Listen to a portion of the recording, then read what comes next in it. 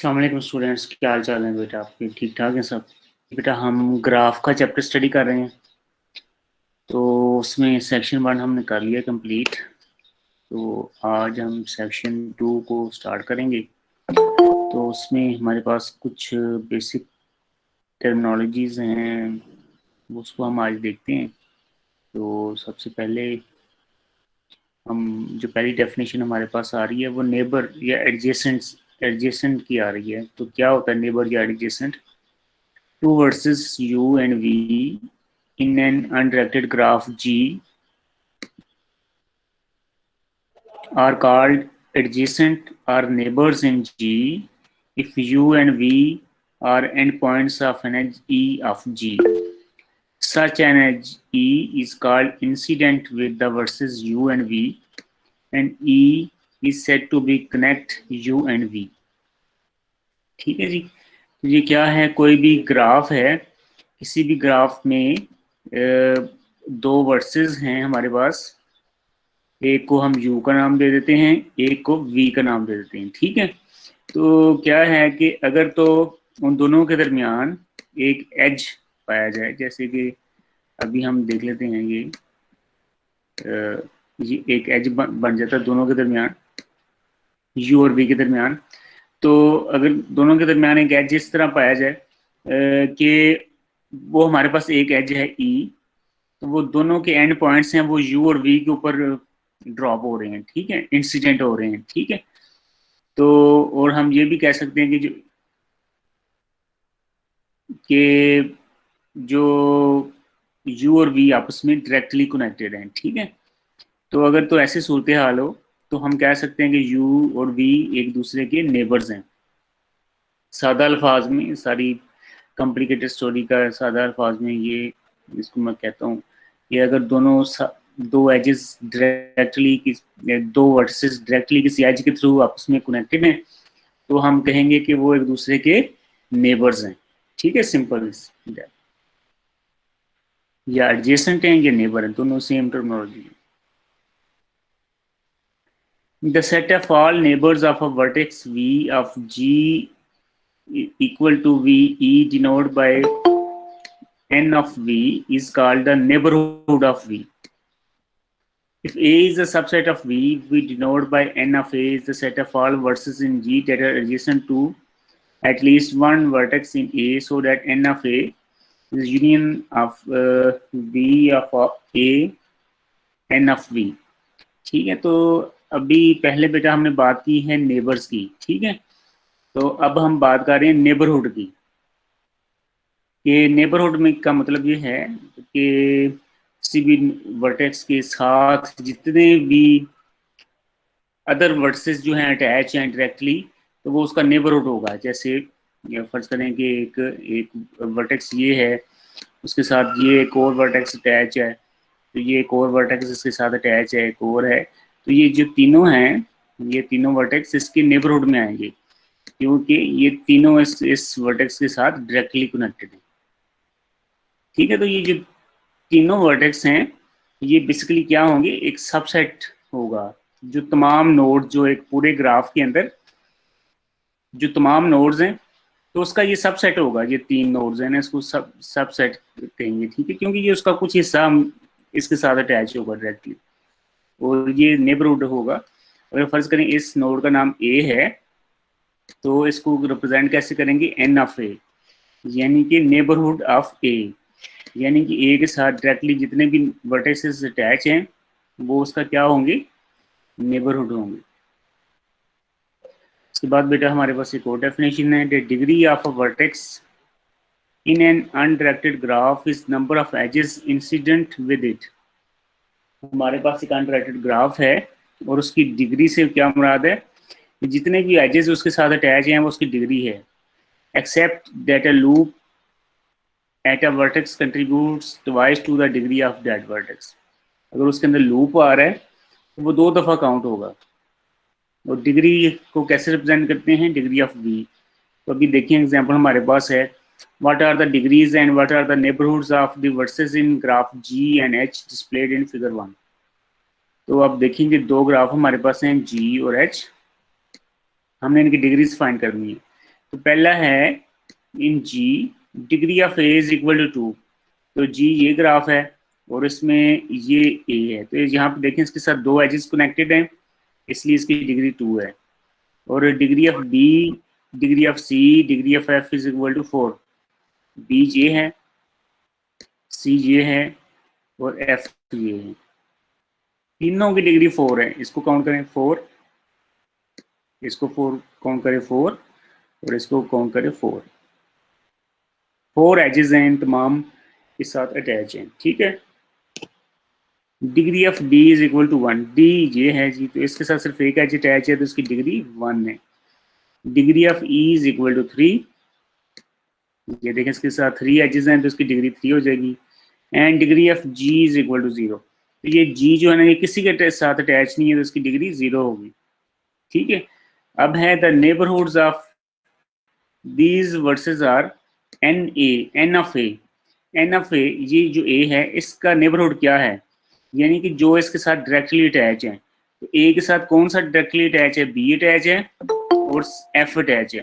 तो neighbourhood of A is equal to B और F, ठीक है। ये दो जो हैं इसके साथ अटैच हैं वर्सेस, तो उनका नाम यहाँ पे हम मेंशन कर देंगे कि ये दो वर्सेस इसके साथ अटैच, ठीक है। ऐसे ही तमाम वर्सेस की नेबरहुड हम फाइंड कर सकते हैं, जैसे कि यहाँ पे आगे देखें बी की नेबरहुड में ए सी ई एन एफ आ रहा है, सी की नेबरहुड में बी डी ई एफ आ रहा है, डी की नेबरहुड में सी आ रहा है, ई की नेबरहुड में बी सी एफ आ रहा है, एफ की नेबरहुड में ए बी सी ई आ रहा है और जी की नेबरहुड में एम टी सेट, ठीक है। कुछ भी नहीं आ रहा क्योंकि इसके साथ कोई भी अटैच नहीं है। इसी तरीके से हमारे पास दूसरा ग्राफ है एच। इसमें डिग्री ऑफ ए हमारे पास क्या है, 4 है, क्योंकि इसके साथ 4 लगे हुए हैं एजेस अटैच इंसिडेंट हैं। डिग्री बी ई की 6 है, डिग्री सी की 1 है, डी की 5 है। और इसी तरीके से हम इसका नेबरहुड फाइंड कर सकते हैं। तो ये जो बी है इसकी कितनी डिग्री है, तो इसकी 1, ये होगी 2, 3, 4 और लूप है इसको 2 दफ़ा काउंट करेंगे तो 6। बी की डिग्री हमारे पास क्या होगी, 6 होगी, ठीक है। ऐसे ही हम नेबरहुड फाइंड कर सकते हैं ए का, बी का, सी का और पी का, ठीक है। अब इसमें कुछ एक छोटी बातें हैं कि अ vertex of degree 0 is called isolated. तो जैसे ये वर्टेक्स जी है तो ये आइसोलेटेड है क्योंकि ये किसी के ग्राफ में किसी के साथ अटैच नहीं है, तो इसको हम क्या कहेंगे, ये आइसोलेटेड है। ऐसे ही हमारे पास है अ vertex is pendant if and only if it has degree 1। अगर हमारे पास एक वर्टेक्स है और उसकी डिग्री 1 है तो उसको पेंडेंट कहते हैं। तो ये देखिए हमारे पास ये जो है ना, ये वर्टेक्स डी, ये सिर्फ एक डिग्री है, एक एज है इसका, ठीक है। तो ये पेंडेंट है। इस तरह सी है, इसका भी एक एज है। तो ये पेंडेंट क्या होता है, बेसिकली जो खवातीन होती हैं ना, ये हार पहनती हैं, तो वो हार अगर इस तरह का गले में मुझे डाला हुआ है तो वो क्या होता है, एक छोटा सा यहाँ पे होता है और यहाँ पे लेट्स लॉकेट है सोने का या कुछ भी है। तो ये जो आपका जो सोने का एक पीस है बड़ा, कोई भी डिज़ाइन है, वो अटैच है एक स्ट्रिंग के थ्रू आपकी ये जो मेन नेक के अंदर आपका ये डालते हैं, ठीक है। तो ये देखें, ये जो नेक के अंदर जो मेन आपका है और ये जो आपका लॉकेट है, ये दोनों एक दूसरे के साथ एक स्ट्रिंग से अटैच है, ठीक है जी। तो ये इस स्ट्रिंग को पेंडेंट कहते हैं, ठीक है। तो ये ऐसे ही सेम कंसेप्ट के ऊपर हमने यहाँ पे बात की है कि अगर हमारा वर्टेक्स सिर्फ एक एज के थ्रू ग्राफ के साथ अटैच है तो उस एज को, उस वर्टेक्स को हम क्या कहेंगे, टेंजेंट वर्टेक्स, ठीक है। अब इसके बाद बेटा हमारे पास एक थ्योरम है which is known as handshake theorem. It is name due to the analogy with the handshake. अगर दो बंदे आपस में हैंडशेक करते हैं तो उनका जो एक एनालॉजी क्रिएट होती है वो इसके अंदर डिस्कस की गई है। लेट जी एक ग्राफ है, उसमें सेट ऑफ वर्सेस हैं, सेट ऑफ एजेस हैं, can be undirected graph, be an undirected graph with M edges, then तो अगर हमारे पास एक ग्राफ है, उसकी m एजेस हैं, तो 2m is equal to summation v over v degree of v। ठीक है जी। तो अब इसको देखेंगे, इसके क्या मतलब है। How many edges are there in a graph with 10 vertices each of degree 6। तो हमने क्या फाइंड करना है कि कितने हमारे पास क्या हैं, एजेस हैं। हमने फाइंड आउट क्या करना है कि एक ग्राफ में कितने एजेस हैं, how many edges given that कि उसमें 10 वर्सेस हैं और उनकी डिग्री कितनी है, 6। तो फिर हम क्या करेंगे, because the sum of the degrees of vertices is 60। 6 हमारे पास 10 वर्सेस हैं, हर एक की डिग्री 6 है, तो टोटल डिग्रीज हमारे पास हो जाएंगी 60। तो according to this handshake formula 2m is equal to 60 हो जाएगा। ठीक है, ये समेशन जो है डिग्री की एक तरफ हो जाएगी, 2m एक तरफ हो जाएगा, और हमने इसका m निकालना है, तो 2 नीचे चला जाएगा दूसरी तरफ, तो m हमारे पास क्या आ जाएगा, 30। तो ऐसे ग्राफ में हम फाइंड किया हमने, इस ग्राफ के अंदर टोटल जो एजेस हैं वो कितने हैं, 30। तो ये एक सिंपल सा हमारे पास थ्योरम है जिसकी मदद से हम एजेस को काउंट कर सकते हैं। ठीक है। उसके बाद बेटा एक और बात है कि an undirected graph has an even number of vertices of odd degrees. ये हमारे पास अगर एक अनडायरेक्टेड ग्राफ है तो उसमें क्या है, has an even number of vertices of odd degrees. ये उसकी जो अगर ऑड डिग्रीज हैं उसके पास, उसकी जो टोटल डिग्रीज हैं ऑड हैं, तो उसका क्या होगा, ये उसके पास वर्सेस क्या होंगे, इवन होंगे। ठीक है जी। तो ये एक थ्योरम है, उसने इसको प्रूव किया हुआ है। ये ऊपर वाला थ्योरम है, उसको उसने आप समझ लेंगे, उसी को उसने यहाँ पे प्रूव किया हुआ है। ठीक है, तो इसको बस ये आपने थ्योरम याद रखना है, बाकी और प्रूव करने की जरूरत नहीं है इसको। ऐसे ही बेटा कुछ हमारे पास और एग्जांपल्स हैं, डेफिनेशंस हैं छोटी छोटी सी। when uv is an edge of graph g with directed edges u is said to be adjacent to v and v is said to be adjacent from u। अभी जो पीछे हमने सारी बातें की हैं वो अनडायरेक्टेड ग्राफ के ऊपर की हैं। अभी कुछ यही सेम जो बातें हमने पहले की हैं, अब हम उनको अप्लाई करने लगे हैं ऑन डायरेक्टेड ग्राफ। तो अगर u और v एक दूसरे के एडजेसेंट हैं, तो हम क्या, फॉर द डायरेक्टेड एजेस, तो हम कहते हैं कि v is adjacent to u। ठीक है। तो अगर हम रिवर्स में बात करें तो हम कह सकते हैं कि adjacent from u। ठीक है। the vertex u is called the initial vertex of uv and v is called the terminal or end vertex of uv। अब यहाँ पे डायरेक्टेड में बस थोड़ा सा ये बात आ गई है कि अब हमारे पास जो वर्टेक्स हैं वो ऑर्डर शेप में होंगे, ऑर्डर पेयर होगा। ठीक है। The initial vertex and the terminal vertex of a loop are the same. अब इसके अलावा अगली डेफिनेशन है, in a graph with directed edges the in degree of vertex v denoted by degree minus v is the number of edges with v as their terminal vertex.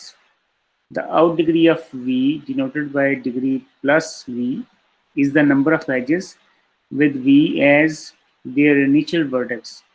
Note that a loop that a vertex contribute one to the both in degree and out degree।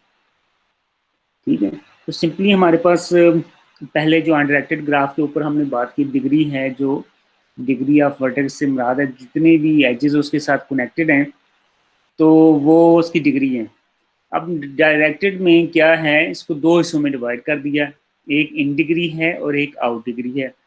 जो edges वहाँ से जा रहे हैं वे हैं, उनको out degree कह रहे हैं, और जो जिनके एरोज हेड जो हैं उसकी तरफ हैं उसको इन डिग्री है। तो ये इन डिग्री आउट डिग्री दोनों को मिला के हमारे पास टोटल उसकी डिग्री आ जाएंगी। ठीक है, एक वर्टेक्स की। फॉर एग्जांपल हमारे पास एक ग्राफ है, आप देख सकते हैं एग्जांपल 4 में जी ग्राफ है, तो इसमें हम in degree out degree find कर सकते हैं। लेट्स इसमें से एक एग्जांपल ले लेते हैं, जैसे ई है। अब देखें कि ई में आउट कितनी जा रही है, तो ये एक आउट ये जा रही है, एक आउट ये जा रही है और एक आउट ये जा रही है। तो ई की जो हमारे पास है डिग्री आउट यानी कि डिग्री प्लस वो कितनी है 3, ठीक है। और ऐसे ही जो इसके ऊपर 3 ही जो है वो अंदर आ रही हैं, ठीक है। तो इसकी डिग्री माइनस इन डिग्री जो इसको हम कहते हैं in degree of phi is equal to 3 है, ठीक है। इसकी आउट डिग्री भी 3 है, डिग्री भी 3 है।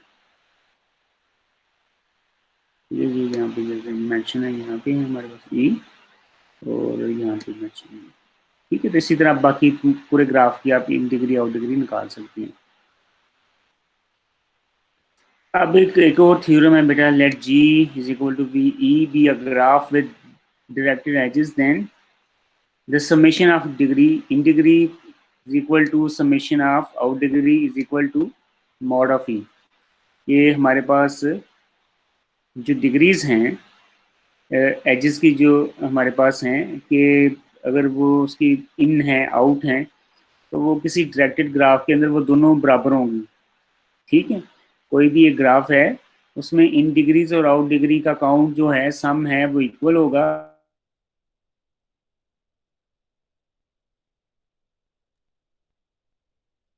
और आल्सो दैट इज। वालेकुम सलाम। जी सर। नहीं मैं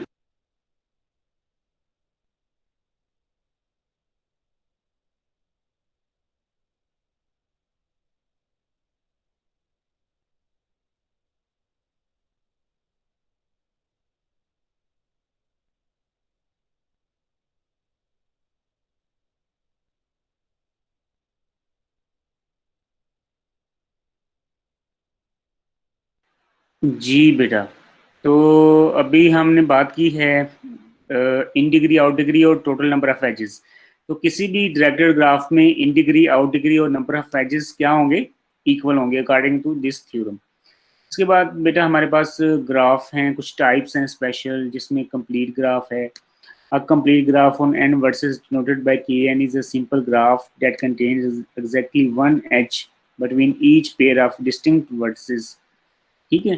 तो देखें इसमें डिस्टिंक्ट वर्टिसेस के दरमियान एक एक एज मौजूद है, ठीक है। तो ये देखें सब वर्टिसेस के दरमियान एक एक है, इसमें भी देखें एक एक एज है, इसमें भी एक एक एज है, हर एक के दरमियान एक एक एज है।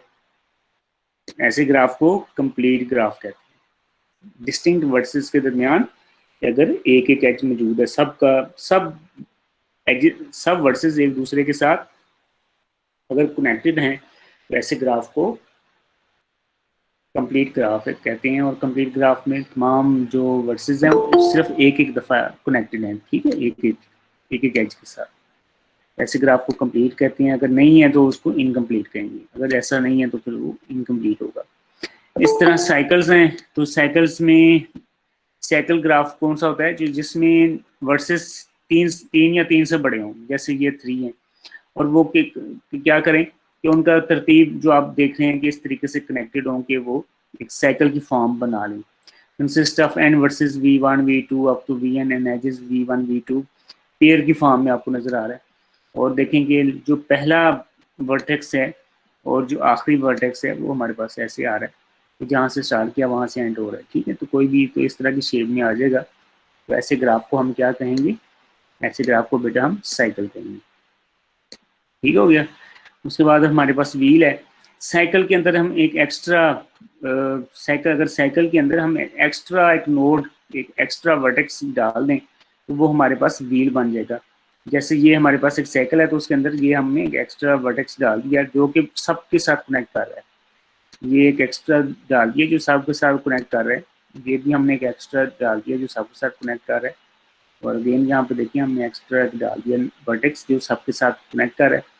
तो ऐसी शेप में अगर ग्राफ होगा तो उसको हम व्हील कहेंगे, ठीक है। उसके बाद क्यूब की फॉर्म में है, तो क्यूब के फॉर्म में हमारे पास इस तरीके से होगा। तो अब इसमें क्या एक छोटी सी बात आपने याद रखनी है, in n-dimensional hypercube and n cube denoted by qn is the graph that has vertices representing the 2 raised to the power n bit string of length n, ठीक है जी। तो हमारे पास अगर स्ट्रेंथ है तो 2 raised to the power n की form में उसको वो रिप्रेजेंट करता है। तो 2 vertices are adjacent if and only if the bit strings that they represent differ in exactly 1 bit position। ठीक है, तो आप गौर करें कि अगर ये दोनों एडजेसेंट हैं तो दोनों में 1 बिट चेंज हो रही है, तो यहाँ पे 0 है, यहाँ पे 1 होगी।